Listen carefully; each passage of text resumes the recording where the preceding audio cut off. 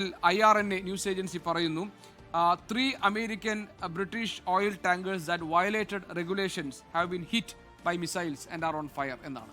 അമേരിക്കയുടെയും ബ്രിട്ടന്റെയും 3 എണ്ണ കപ്പലുകൾ ടാങ്കറുകൾ അത് ഇപ്പോൾ മിസൈൽ ആക്രമണത്തിൽ കത്തിക്കൊണ്ടിരിക്കുകയാണ് എന്നാണ് പി ജെയിംസ്. തീർച്ചയായിട്ടും ഇതില് വരേണ്ടത് ഒരു വിഷ്വൽ ഒരു തെളിവുകളാണ് നമുക്ക് വരേണ്ടത്. യുദ്ധസമയത്ത് അങ്ങോട്ടും ഇങ്ങോട്ടും തകർത്തു എന്നുള്ള അവകാശവാദങ്ങൾ ഉന്നയിക്കാറുണ്ട്. പക്ഷേ ഇതിന് സാധ്യതയുണ്ട്. കാരണം യമനിലെ ഹൂതികൾ തന്നെ അത് ഇറാന്റെ ഒരു എക്സ്റ്റൻഷൻ ആക്സിസ് ഓഫ് റെസിസ്റ്റൻസിന്റെ ഭാഗമാണ്. ഹൂതികൾ പോലും വിചാരിച്ചിട്ട് 3 കപ്പലുകൾ മുക്കി, ഇത്രയും ഇതുണ്ടായിട്ട് 3 കപ്പലുകൾ മുക്കി, ഒരുപാട് കപ്പലുകൾക്ക് കേടുപാടുകൾ സംഭവിച്ചു. അത് ഹൂതികൾ എന്ന ഒരു എന്താ പറയുക യമനിലെ ഒരു ട്രൈബൽ ഗ്രൂപ്പിന് സാധിക്കുമെങ്കിൽ ഇറാനെ പോലെ ഒരു രാജ്യത്തിന് സ്വാഭാവികമായിട്ട് അറ്റാക്ക് ചെയ്യാൻ സാധിക്കും. ഹോർമോസ് കടലിടുക്ക് അടച്ചിട്ടില്ല എന്ന് പറയുമ്പോഴും അവിടെ കാവൽ നിൽക്കുന്നത് ഇറാന്റെ റവല്യൂഷണറി ഗാർഡ്സാണ്. അവർ നേരിട്ട് റിപ്പോർട്ട് ചെയ്തുകൊണ്ടിരുന്നത് അവരുടെ പരമോന്നത നേതാവ് ആയത്തുള്ള ഖമനേയിക്കാണ്. അദ്ദേഹം കൊല്ലപ്പെട്ടതോടെ അതോടെ രോഷത്തോടെ ഒരുപക്ഷെ ഭരണകൂടം പറയുന്നത് കേൾക്കണമെന്നില്ല, അവർ അറ്റാക്ക് ചെയ്തിരിക്കാൻ സാധ്യതയുണ്ട്. എണ്ണക്കപ്പലുകൾ ഒരുപക്ഷെ കത്തിയിട്ടുണ്ടാവാം. എന്ന് മാത്രമല്ല 9 നാവിക കപ്പലുകൾ ഇറാന്റെ തകർത്തു എന്ന് അമേരിക്ക അവകാശപ്പെടുമ്പോൾ പരസ്പരം കപ്പലുകൾ മുക്കുന്ന അല്ലെങ്കിൽ എണ്ണക്കപ്പലുകൾക്ക് നേരെ ഇറാൻ തിരിച്ചടി നടത്താനുള്ള സാധ്യത വളരെ കൂടുതലാണ്. ഇവിടെ എനിക്കൊരു വലിയ കൗതുകമായിട്ട് തോന്നുന്നത് ഗോപി, ഇവിടെ സമാധാനം വരുന്നു എന്ന് പ്രഖ്യാപിക്കുകയും ട്രംപ് ചർച്ചയ്ക്ക് തയ്യാറാവുന്നു, ഇറാൻ തയ്യാറാണെന്ന് പറയുന്നു, ഒമാൻ മധ്യസ്ഥരാകുന്നു. ഇത് പറയുന്നതിനിടയിലാണ് ഈ തരത്തിൽ 9 നാവിക കപ്പലുകൾ ഇറാന്റെ മുക്കുന്നത്. തിരിച്ച് ഇറാൻ ഇപ്പോൾ 3 ബ്രിട്ടീഷ് എണ്ണക്കപ്പലുകൾ തകർക്കുന്നത്. ഇതൊക്കെ ഒരു തരത്തിൽ ഇനി അത് സ്ഥിരീകരിക്കപ്പെടേണ്ടതുണ്ട്. പക്ഷേ ഒരു കാര്യം വ്യക്തമാണ്, ഒരു സൈക്കോളജിക്കൽ വാർഫെയർ അങ്ങോട്ടും ഇങ്ങോട്ടും നടക്കുന്നുണ്ട്. ഇറാനെ സംബന്ധിച്ചിടത്തോളം ഇറാന് അവരുടെ പരമോന്നത നേതാവ് പോയത് യഥാർത്ഥത്തിൽ നമ്മൾ നേരത്തെ പറഞ്ഞൊരു വിഷയമാണ് ഗോപി. അത് വലിയ രീതിയിൽ വിലയിരുത്തേണ്ട ഒരു കാര്യം തന്നെയാണ്. കാരണം ട്രംപ് പറഞ്ഞത് ഇറാന്റെ പരമോന്നത നേതാവിനെയും അവിടുത്തെ നേതൃത്വത്തെയും വധിച്ചു കഴിഞ്ഞാൽ അവിടെ ഒരു ഭരണമാറ്റം സാധ്യമാവും. അത് അമേരിക്കയുടെയും ഇസ്രായേലിൻ്റെയും കണക്കുകൂട്ടൽ തെറ്റിയെന്ന് പറയേണ്ടി വരും. കാരണം ഈ പരമോന്നത നേതാവ് ആയത്തുള്ള ഖമനേയിയോട് എതിർപ്പുള്ള വലിയ വിഭാഗം ജനങ്ങളുണ്ടായിരുന്നു. അവർ പ്രക്ഷോഭം നടത്തിയിരുന്നു.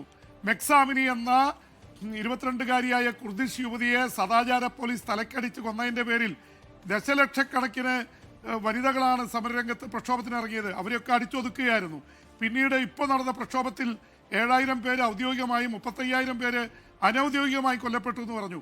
ആ തരത്തിൽ ഇറാന്റെ ഭരണകൂടത്തിനെതിരെ വലിയ രീതിയിലുള്ള പ്രതിഷേധമുണ്ടായിരുന്നു. പക്ഷേ അവിടുത്തെ ഭരണകൂടത്തെ അമേരിക്കയും ഇസ്രായേലും ടാർഗറ്റ് ചെയ്ത് കൊലപ്പെടുത്തിയപ്പോൾ അവരുടെ ഒരു കൺസോളിഡേഷൻ നടന്നിരിക്കുന്നു. ഷിയ പാരമ്പര്യം അനുസരിച്ച് അവർ പറയുന്നത് ഒരു പരമോന്നത നേതാവ് വിദേശ ശക്തികളാൽ കൊല്ലപ്പെട്ടാൽ അത് രക്തസാക്ഷിത്വമാണ്, മാർട്ടിടമാണ്, ഈസ് എ മാർട്ടിയർ.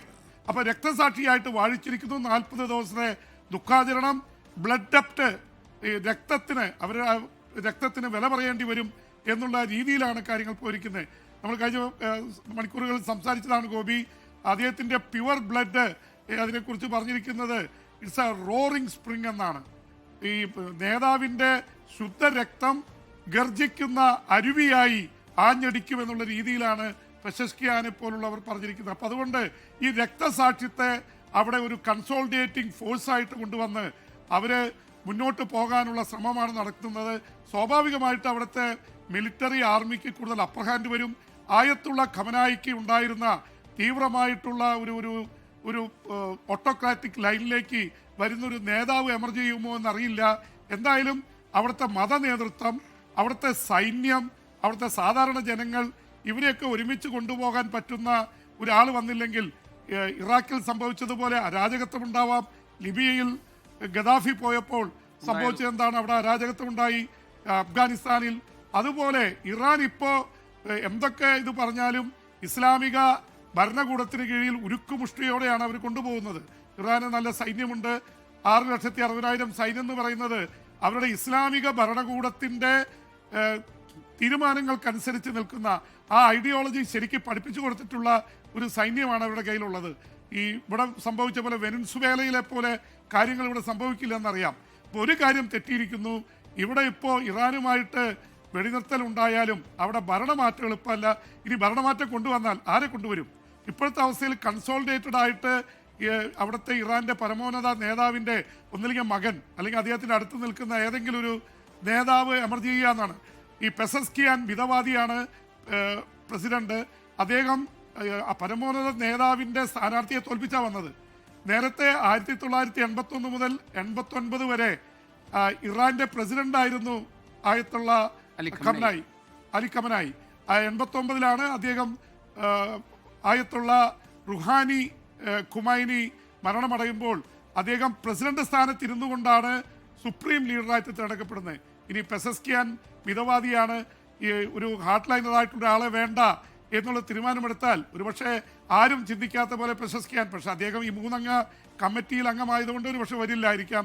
കാരണം അദ്ദേഹം കൂടിയാണ് തിരഞ്ഞെടുക്കേണ്ടത്. തിരഞ്ഞെടുക്കുക മാത്രമല്ല, അത് 88 അംഗ അവരുടെ ഉന്നതാധികാര ബോഡി അത് അംഗീകരിക്കുകയും വേണം. എന്തായാലും ഒരു കാര്യം വ്യക്തമായി, അമേരിക്കയും ഇസ്രായേലും തീരുമാനിക്കുന്ന ഒരാൾ ഇറാന്റെ തലപ്പത്ത് വരാനുള്ള സാധ്യത ഏതാണ്ട് അടഞ്ഞിരിക്കുകയാണ്. അതുപോലെ കൺസോളിഡേറ്റഡ് ആയിരിക്കുന്നു അവിടുത്തെ വികാരം. ഒരു രാജ്യത്തെ ആക്രമിക്കുമ്പോൾ അവിടുത്തെ ദേശസ്നേഹം ഉയരുന്നു. ഇറാൻ പ്രത്യേകിച്ച് ഷിയ പാരമ്പര്യമുള്ള ഒരു രാജ്യമാണ്. അവര് കൃത്യമായിട്ട് ആ ലൈനിലേക്ക് മാറിയിരിക്കുന്നു.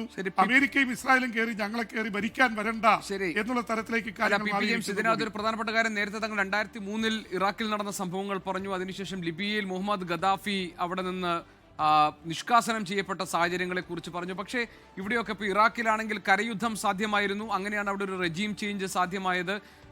ലിബിയയിലാണെങ്കിൽ അവിടെ നടന്നിരുന്ന പോരാട്ടങ്ങൾക്ക് നേറ്റോയുടെ പിന്തുണയുണ്ടായിരുന്നു, അങ്ങനെയാണ് അത് സാധ്യമായത്. ഒരു എയർ സ്ട്രൈക്കിലൂടെ, അതായത് വ്യോമ യുദ്ധത്തിലൂടെ ഒരു ഭരണമാറ്റം, അവിടെ പൂർണ്ണമായ ഒരു കീഴടക്കൽ, അത് അസാധ്യമാണ്. അങ്ങനെ ഒരു സംഭവം ലോകത്തെവിടെയും നടന്നിട്ടില്ല എന്ന ഒരു ചരിത്രം കൂടി ഉണ്ട് എന്നാണ് എനിക്ക് തോന്നുന്നത്. ലോകത്തെവിടെയായാലും ഏത് സമയത്തും 24 വാർത്തകളും ഓഗ്മെന്റഡ് റിയാലിറ്റി പാക്കേജുകളും എക്സ്പ്ലെയിനറുകളും വിശദമായി കാണാൻ ഞങ്ങളുടെ യൂട്യൂബ് ചാനൽ നിങ്ങൾക്ക് സബ്സ്ക്രൈബ് ചെയ്യാം.